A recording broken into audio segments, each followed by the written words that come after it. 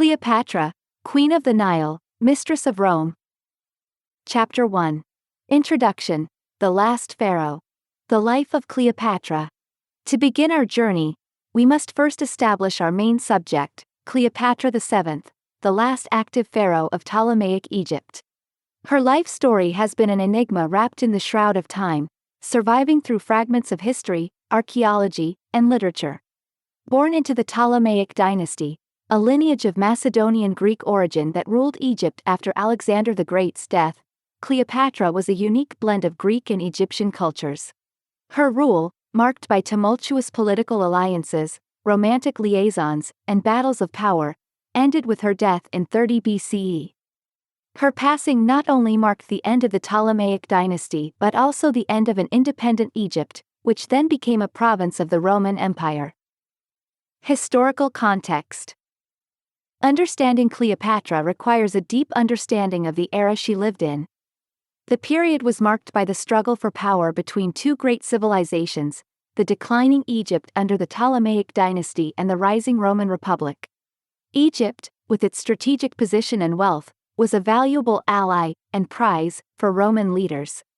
The late Hellenistic period, in which Cleopatra lived, was an era of political intrigue, shifting alliances, and, ultimately, profound transformation as Rome began its ascent to empire. Furthermore, Cleopatra's Egypt was a complex and rich tapestry of cultures, a blend of Greek, Egyptian, and other Eastern influences, which shaped her reign and policies. Aim and structure of the book. This biography seeks to draw a detailed and nuanced portrait of Cleopatra, moving beyond the stereotypes and misconceptions that have often clouded her historical image. It is not merely a recounting of facts and events but an endeavor to understand the woman behind the legend. We aim to provide a comprehensive account of her life and rule while exploring the broader political, cultural, and historical context that shaped her actions and decisions. In this quest, we will navigate through several pivotal phases of her life: her early years and ascension to the throne, her relationships with two of the most powerful men of her time, Julius Caesar and Mark Antony, her downfall and death, and her enduring legacy. The narrative aims to balance an engaging storytelling style with rigorous historical inquiry. It will critique sources, question received wisdom, and attempt to paint a vibrant, nuanced picture of Cleopatra and her times. By journey's end, we hope to present not just the tale of an extraordinary queen who ruled in extraordinary times, but also to evoke the landscape of the era, bringing to life the vivid milieu in which Cleopatra lived and reigned. From the grandeur of Alexandria to the heart of Rome, from the Nile's fertile banks to the battlefield of Actium, we will trace Cleopatra's life through times of power, intrigue, love, despair, and legacy. And so, with this aim in mind and a desire to breathe life into the shadowy figure of Cleopatra, we embark on our journey through time, back to the mystical land of the Nile and into the world of the last pharaoh. Chapter 2. Ancestry and Early Life. The Ptolemaic Dynasty. Before we delve into Cleopatra's life, it's important to understand the dynasty she was born into. The Ptolemaic dynasty, founded by Ptolemy I Soter, was a Hellenistic-era political machine that ruled Egypt for nearly 300 years, from 305 to 30 BCE. Originating in Macedonia, the Ptolemies were Greeks by ethnicity, a result of Alexander the Great's extensive conquests. After Alexander's death, his generals divided his vast empire amongst themselves, with Ptolemy I claiming Egypt. The Ptolemies adopted many Egyptian customs and ruled Egypt as pharaohs, consolidating their power and rule. They were often intermarried, maintaining the Macedonian Greek purity of their line, a practice that led to complex familial and political situations, as we shall see in Cleopatra's case. The Princess in Alexandria. Born in 69 BCE, Cleopatra VII Philopator was the daughter of Ptolemy XII Auletes. Little is known about her mother, but some speculate that she was Cleopatra V Tryphena, Ptolemy XII's sister or possibly his cousin. Raised in the city of Alexandria, the capital of Ptolemaic Egypt, Cleopatra lived in the royal palace with her father, her older sisters, Berenice IV and Cleopatra VI, and her younger siblings, Arsinoe IV, Ptolemy XIII, and Ptolemy XIV. Historical records are scant on Cleopatra's childhood, but we do know that she received an education befitting a princess. She was tutored by the finest scholars and learned various subjects, including politics, philosophy, and arts. Cleopatra was also well versed in several languages. According to Plutarch, she was the first Ptolemaic ruler to learn the Egyptian language, alongside the courtly Greek. The cultural melting pot of Egypt. The Egypt that Cleopatra grew up in was a cultural melting pot. The Ptolemaic dynasty, despite its Greek origin, embraced many elements of Egyptian culture. Over time, this led to a unique blend of Egyptian and Hellenistic influences, evident in everything from art and architecture to religion and administration. Alexandria, the capital, epitomized this cultural fusion. The city was home to the famous Library of Alexandria, one of the greatest centers of learning in the ancient world, and the monumental lighthouse, one of the seven wonders of the ancient world. It was also a bustling port, with trade connections spanning the Mediterranean and beyond, making it a hub of economic and cultural exchange. This unique and rich cultural setting played a critical role in shaping Cleopatra. She navigated her Greek heritage and the Egyptian culture she ruled over with astuteness. This cultural dexterity would play a key role in her approach to power, shaping her alliances, and guiding her rule, as we will explore in the coming chapters. Thus, the young Cleopatra, a Greek princess in the heart of Egypt, was being shaped by her lineage, her education, and the vibrant cultural landscape of Ptolemaic Egypt, preparing for the momentous role she was destined to play. Chapter 3: A Game of Thrones. Death of Ptolemy XII. Cleopatra's first encounter with the relentless, unyielding forces of power came with the death of her father, Ptolemy XII, in 51 BCE. As the aging ruler of a weakening dynasty, Ptolemy XII's reign was filled with political strife, both internal and external.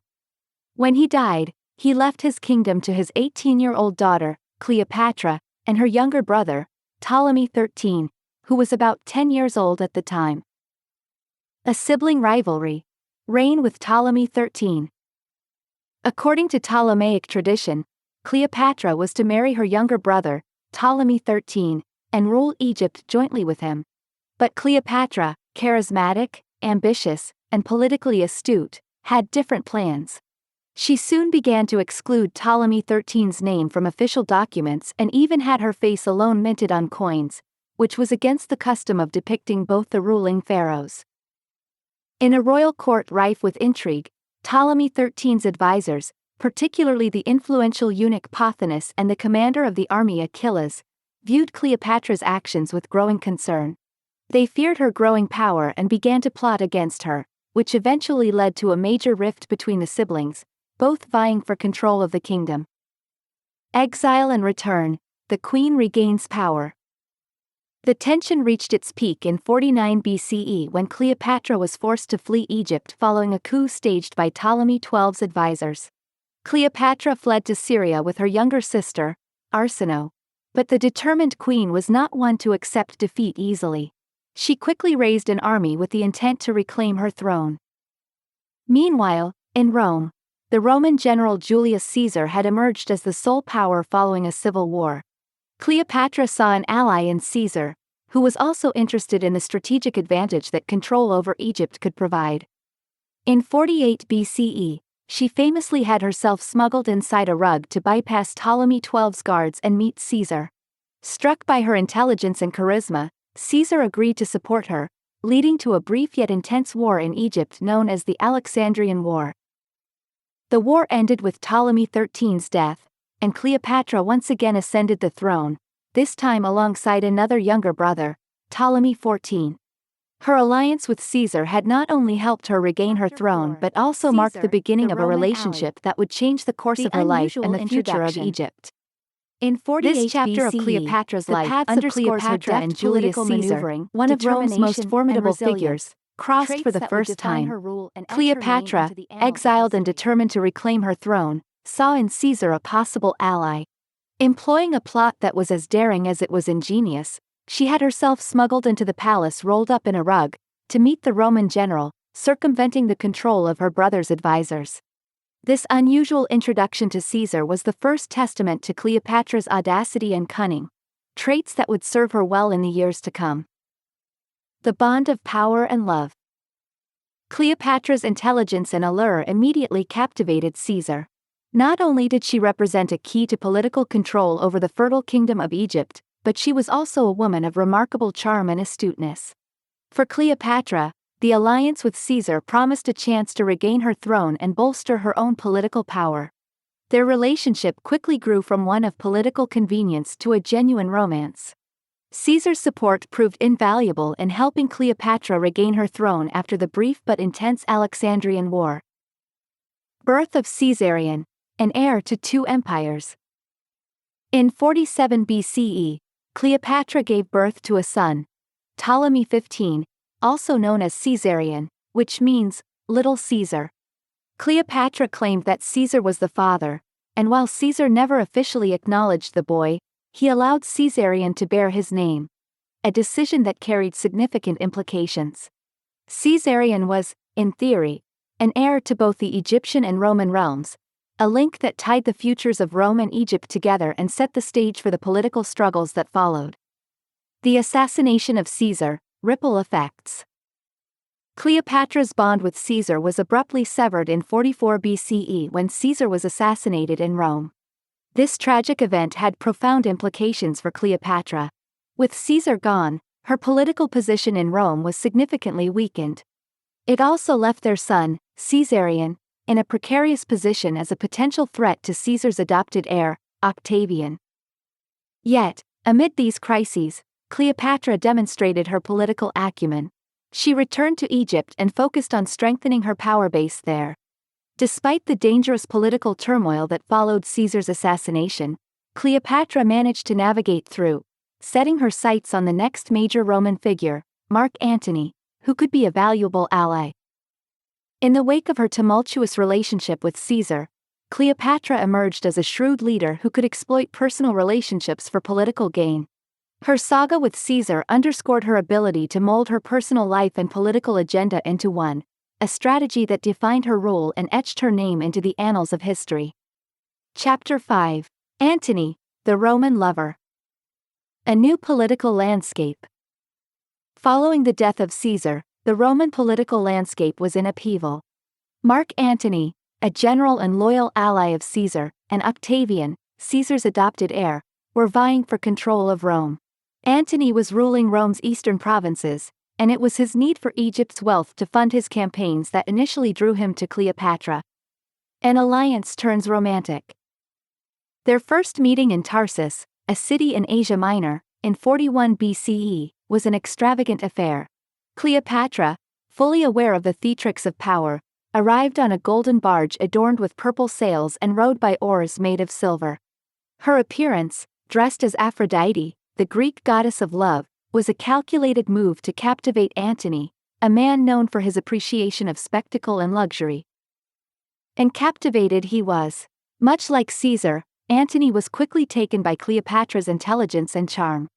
What began as a political alliance to secure her throne and provide Antony with the necessary resources for his military campaigns soon turned into a passionate romance. Antony was enchanted by Cleopatra, and he spent the winter of 41 BCE in Alexandria, enjoying the pleasures of the Egyptian court. 3 children and a vision of a joint empire. In the years that followed, Cleopatra bore Antony 3 children, twins Alexander Helios and Cleopatra Selene II in 40 BCE, and another son, Ptolemy Philadelphus, in 36 BCE. Their children were symbols of their alliance and love, but also pieces in the ambitious political vision of a joint Roman-Egyptian empire. Cleopatra and Antony's vision reached its apex in 34 BCE during the donations of Alexandria, a public event where they presented themselves as the joint rulers of an empire spanning Egypt and Rome. Their children were bestowed with royal titles, signaling the intended transfer of power. Challenging Octavian, prelude to a showdown. However, their dreams of a joint empire and their blatant display of power during the donations of Alexandria were seen as a direct challenge by Octavian.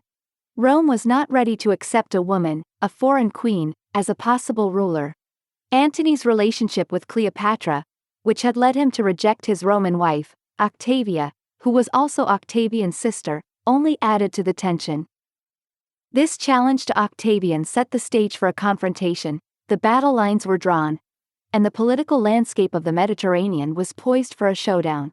Antony and Cleopatra, the lovers united in ambition and dreams of power, were about to face the might of Rome, with the fate of their world hanging in the balance. The succeeding events would go on to seal their place in history, their story becoming an immortal tale of love, ambition, and tragedy. Chapter 6. The Fall, Battle of Actium. Prelude to Battle. In the years following the donations of Alexandria, Octavian capitalized on Antony's perceived abandonment of Roman values due to his association with Cleopatra to undermine his political standing in Rome. By 32 BCE, the political tension had escalated to a point of no return. The Roman Senate, under Octavian's influence, declared war on Cleopatra, and by association, Antony. Clash of Titans, Antony versus Octavian. The Battle of Actium, fought in 31 BCE near the promontory of Actium in Greece, was the defining moment of this conflict. The battle was essentially a naval confrontation. Cleopatra contributed significantly to Antony's fleet, while Octavian's forces were commanded by his friend and general, Agrippa, an astute military strategist. The battle began to tilt in favor of Octavian when Cleopatra, aboard her flagship, decided to retreat from the battle scene and head back to Egypt. Antony, torn between his duty and his love for Cleopatra, chose to follow her, leaving his forces leaderless. This decision marked the turning point of the Battle of Actium, leading to a decisive victory for Octavian. The aftermath and retreat to Egypt. Antony and Cleopatra's retreat to Egypt was a strategic move. However, their hope of regaining their strength and possibly turning the tide of the war began to wane. The aftermath of the Battle of Actium left them politically and militarily vulnerable. Octavian, having seized control of Rome and emerged victorious against Antony, pursued them to Egypt, intent on consolidating his power. The Battle of Actium was a major setback for Cleopatra and Antony. It marked the beginning of the end of their ambitious dream of a joint Roman-Egyptian empire. Despite their defeat, the couple's resolve to fight till the end remained, illuminating their tragic end with a sense of undying bravery and tenacious love. Their story, from this point forward, would continue to unfold against the backdrop of their desperate attempts to save their kingdom and their enduring devotion to each other. Chapter 7. The End of an Era. Tragedy in Alexandria, Antony's death. Octavian's forces eventually arrived in Alexandria in 30 BCE. As Octavian advanced, Antony fought bravely but was given false news that Cleopatra had died. Distraught by the news and seeing no way out of his military predicament, Antony took his own life by falling on his sword. However, Cleopatra was not dead. When Antony, severely wounded, was informed of this, he was taken to Cleopatra's monument where she had barricaded herself for safety. In her presence, Antony breathed his last, marking a tragic end to a love story woven with the threads of power, ambition, and war. The death of Cleopatra, theories and speculations. With Antony's death, Cleopatra was left alone to face Octavian. Despite her attempts to negotiate, Octavian intended to take Cleopatra back to Rome as a trophy, symbolizing his victory over Egypt. Cleopatra, the last pharaoh of Egypt, chose to die on her own terms rather than live in defeat. The most widely accepted story of Cleopatra's death is that she committed suicide by allowing an asp, or Egyptian cobra, to bite her. This theory, propagated by Roman historians, has been the subject of much debate. Other theories suggest she used a poison-laced hairpin or drank a lethal concoction. The true circumstances of her death remain shrouded in mystery, adding to her enigmatic persona. End of the Ptolemaic era. Cleopatra's death marked the end of the Ptolemaic dynasty and the Hellenistic period. Egypt became a province of the Roman Empire, with Octavian, later known as Augustus, as its first emperor. Cleopatra's son, Caesarion, was executed by Octavian, effectively eradicating any remaining challenge to his rule. The demise of Antony and Cleopatra, two of the most powerful figures of their time, and the subsequent absorption of Egypt into the Roman Empire marked a significant turning point in history. It was the end of an era, a shift of power that would shape the course of Western civilization. Cleopatra's legacy, however, survived the fall of her kingdom. Her life, marked by political astuteness, boldness, and charisma, made her one of the most enduring figures in history.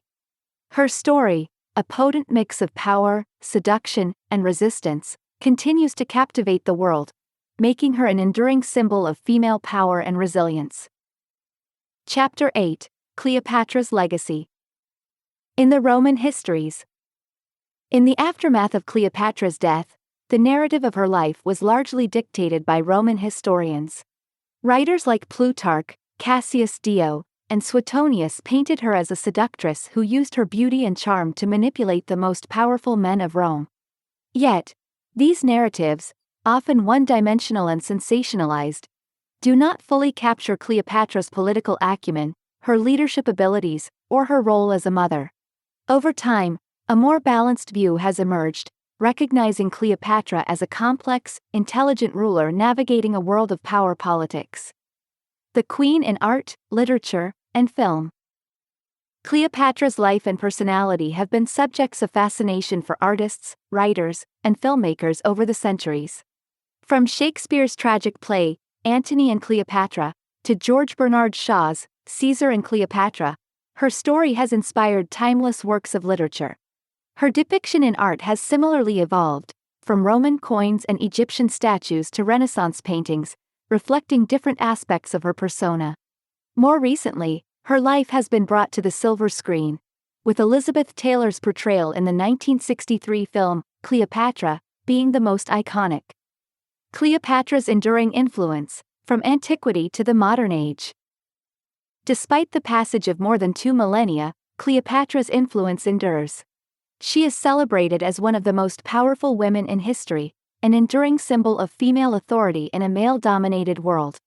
Her ability to maintain Egypt's independence for as long as she did, amidst the political turmoil of the period, is a testament to her strategic skill and resilience. Moreover, her multicultural identity, Greek by heritage, Egyptian by rule, and Roman by association, gives her a universal appeal, making her story relevant across different cultures. This aspect of her life holds particular resonance in today's globalized world, contributing to her timeless appeal. Finally, her life serves as a lesson in the complex interplay of power, gender, and politics. Her story continues to be explored and interpreted by historians, archaeologists, and feminists alike, each finding different meanings and lessons in her life. Cleopatra remains an enduring figure in the human story, her legacy continuing to shape how we understand women in power, ancient history, and the world of the Mediterranean. Conclusion: the woman behind the legend. Summarizing Cleopatra's life. Cleopatra's life was a saga of ambition, power, love, and resilience. From her early days in Alexandria as a princess of the Ptolemaic dynasty to her ascension to the throne, she displayed a keen understanding of the complexities of power. She navigated her way through treacherous sibling rivalries and a web of political intrigue, eventually becoming one of the most influential rulers of her time. Her alliances and relationships with Julius Caesar and Mark Antony were instrumental in solidifying her power and protecting Egypt's independence, but they also added to her portrayal as a woman who used her beauty and charm to influence powerful men. Yet, these relationships, filled with passion and shared political ambition, were part of a larger political strategy that displayed her acute political acumen. Cleopatra's historical significance re-examined. Cleopatra's reign came at a pivotal moment in history, when the balance of power was shifting from the Hellenistic world to Rome. While she could not ultimately prevent Egypt from becoming a province of Rome, her efforts delayed the inevitable and ensured Egypt's autonomy for as long as possible. It is crucial to look beyond the historical narratives often dictated by her conquerors and remember Cleopatra as a capable monarch, a shrewd political strategist, a linguist, a naval commander, and an economic administrator. In doing so, we not only reclaim her narrative but also shed light on the significant contributions she made to Egypt's political and economic life. The legacy of Cleopatra. The legacy of Cleopatra is multidimensional. As a historical figure, she continues to intrigue historians and archaeologists, her life providing insight into a critical period of ancient history. As a woman, her life story offers a compelling narrative of female power and resilience in a male-dominated world. Her depiction in literature, art, and film immortalizes her as a cultural icon. She remains a source of inspiration for numerous works of fiction and art, embodying beauty, power, intelligence, and independence. Despite the passage of more than 2,000 years, Cleopatra remains relevant, her life and legacy enduring in the collective consciousness of humanity. She continues to be a symbol of female authority and a testament to the significant roles women have played throughout history. In understanding Cleopatra, we gain insight not only into the world she lived in but also into themes that are still relevant today: gender, power, cultural identity, and national sovereignty. In the end, Cleopatra's life story reminds us that history is not just about events and dates. It is also about people, their ambitions, their failures, their passions, and their legacies. And Cleopatra's legacy, etched in the sands of Egypt and the annals of history, continues to captivate us, compelling us to explore the life of the woman behind the legend.